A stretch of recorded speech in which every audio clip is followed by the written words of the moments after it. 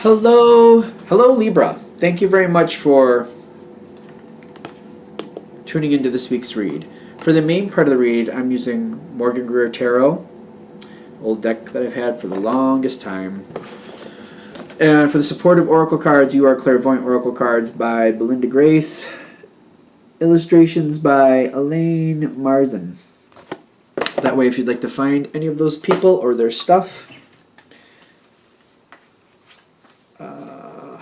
there you go.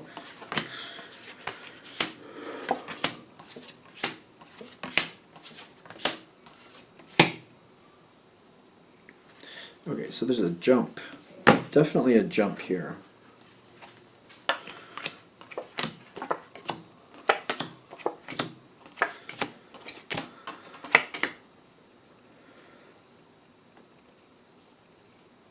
Okay, let's see.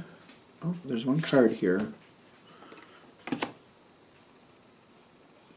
This is a weird one. Let's see how that's going to come forward. All right, so coming into this situation, you got wisdom, personal transformation, the 6 and 4 of wands. So all of this coming in all at once.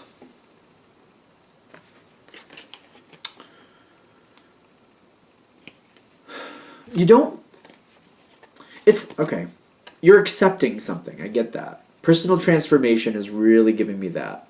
Wisdom is kind of like, all right, this way is how I feel it really should work. But wisdom is saying, we can fight to try to make it go the way we think it should, or we can try to make it work out the way we think. We can try to make it work out as close to that as possible without beating our head into the wall. Like, how do I put this? Instead of making it like a 5-story resort, a 5-star resort, there we go. We have the funding and the support to easily make it a 3. So if we just go at this and make it a 3-star situation and then try to push it up to 4, it's better than trying to demand it be a 5-star. It seems really strange to me to go that way. It's kind of like the way it should work out would be like a 5-star situation. The situation, if you work with it as it is, can easily be a 3-star situation. So if we go that way, wisdom says go that way and then see if you can get it up to 4. If you can, great. If you can't, at least you got it to the 3-star. That's kind of what I'm feeling. The situation should be a 5-star situation. We can get it to a 3 without really trying to kill ourselves. If we can get it that far, let's try for a 4. If we can get that, awesome. If we can't, at least it's a 3. Because if you try to go for the 5-star situation, I'm getting like there's a lot of wasted effort and you could end up damaging and ending up with a 2 to 1-star situation. Why are we doing so many stars? I don't know. But that's what's coming through. And the thing is, you're looking at this like you're committed to the success of it. You're not committed to wasting your time and driving yourself nuts and trying to make it be something great. And when you try to do that, you get so much opposition that it makes it worse than what it could have been. So you're like, you know what, let me go for the 3. Let me go for the 3 and try to make it a 4. Let me do that. And you're committed to that. And one of the reasons you're accepting that, because that's the wisdom of this situation, why you're accepting that is because you do have opposition.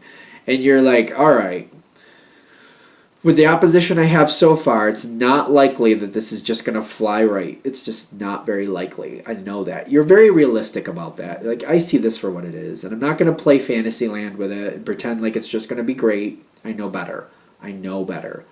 So you're kind of like, let me just roll with it. Let's get the 3-star. See if we can push it up to a 4. If it's at least 3, at least it's 3. We can do that. You got that opposition. Now, you do that. I feel like you do go forward that way. Let's make it the best we can. Let's see what we can. Let's start there and see where we can take it. The Ace of Wands is telling me by going into it that way, you're working with the opposition. You're giving the opposition what they want as much as you can. And it seems to be going your way as much as you expected it. you try to lift the bar a little bit. You try to get up to that 4-star. You probably get like 3.5, if this makes sense. I feel like it's going to make sense to the people it needs to. So it's getting a little better, but that's pretty much as far as you're getting. The 10 of Wands. The 10 of Wands is starting to become the 5 of Wands, is what I'm getting. Which the 5 of Wands is a fight. And you're like, I don't want this to become a fight. You want it to get better. You want to improve this. You want this to go more the way it should rather than the way it is. But you're like, it's not worth the fight, because if we end up having a fight about this, it's going to backslide. And I don't need that. So you're going to kind of like, I feel like what you're kind of doing is you're trying to work with it. You're trying to make it better. It's hard, but you're not really getting it that far. And you're kind of trying to work with it. I get this point where the Warrior card shows up.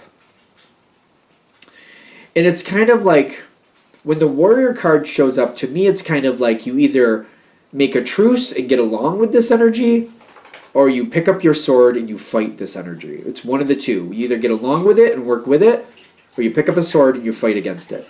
This is coming in between the two of you, this and whoever you're dealing with. And they're ready to do whatever they need to do. This energy will literally follow your lead. So in other words, if you decide to work with it, they're going to work with you. By working with them, you have to go along with some of their terms. So that's kind of why they're going along with you. That's why they're following your lead. But if you're like, we're not going to do that, you're going to have to do it my way. If you pull in that energy, they're going to pick up that sword, and then we're going to fight this out, and we're going to find out who's going to win. The Sun card on their side, though, also tells me this matches your energy, because you're going to work with them. You got the King of Swords with the Knight of Cups. You're negotiating. Libra is very good at negotiating. The stereotypical energy for Libra is that you're really good at communicating and negotiating. You know what to say. You know how to do it. You're very giving to this other side. You know what they want. You know what this other side wants. I feel like you're doing your best to accommodate, and maybe going a little overboard. Maybe a little, but it's serving you. So you may be giving them a little extra, more than they're expecting. Maybe that's the overboard part. You're giving them more than they're expecting, and it's working out. They're matching that. You're working with this energy. Instead of working against it, you're working with it. So it's kind of like if you have 50 soldiers on each side, you're combining forces, and now you have 100 soldiers working in the same direction. So instead of 50 soldiers working against each other, you have 100 soldiers working together in the same direction. This is what you got going on. You get a lot of control in this situation, because you know what the other side wants. And you're kind of like, as long as I stay connected and I know what they want, and I watch and I preemptively just keep giving them what I think they can have, I give them what I feel I can allow them to have, and I just keep feeding it to them, and I just, instead of them asking for it, and that's the trick with this, and that's how you're getting ahead. Instead of making them ask for it, I know they're going to want it, I see it coming, and I just keep feeding it to them. I just make them feel like it's going to keep coming, and I keep doing it every time I can. You don't make them ask. That's how come you're having control. Cthulhu, I'm just an intuitive reader, just to be fair, so I'm going by the picture and the energy I'm feeling off this card. You're intuitively knowing what to do to keep it under control, and you're doing that. You got this. You got this. Everybody seems to be very happy. Another thing with Cthulhu that I'm feeling is what's going on in the environment here is the psychic conversations. You see the needs and wants already showing up before they even ask. You're not making anybody ask. This is why this is going so easy. You're like, I see what they're going to need. They're going to need some of that, and I have some here. Let me put it over there. Here, that's for you. Take that. Go ahead. And you're not making an issue about it. You're just pushing it forward. It's working great. This is working great. Now, you're accepting the situation for what it is. That's literally making it optimal. Now, if you look at the picture on this card with the acceptance, you see two people in a tent, and it's raining outside. If I can get it close enough so you can see the rain, hopefully you can see the rain. With that, I'm getting the situation is not ideal. There's puddles, but you're noticing also the people in there are very happy. Because you're like, hey, it's going really well. Maybe I'd like it to go a little differently, but you know what? It's going so good the way it is. It's actually better than you expected. This is your 4-star moment. I knew 3 was going to happen. I wanted 4. This is your 4-star moment. It's not going quite exactly where you wanted it to go, but it's better than expected. Everything will go very well as long as you keep this attitude up. As long as you keep that attitude up, you keep in touch with the situation, you see what the needs are and the wants are, and you get that out there before they even ask. As long as you keep that energy going, this is going to go this way for as long as you can keep that up. As long as you can keep that up, this will go this level. It'll never be perfect, but it'll be great. And I think that's it. All right, I'm going to shut this down here. I hope that helps. Thank you for watching. If you'd like a direct reading from me, shoot me an email, jamesforastral@gmail.com. That's James, the number 4, astral@gmail.com. Thank you.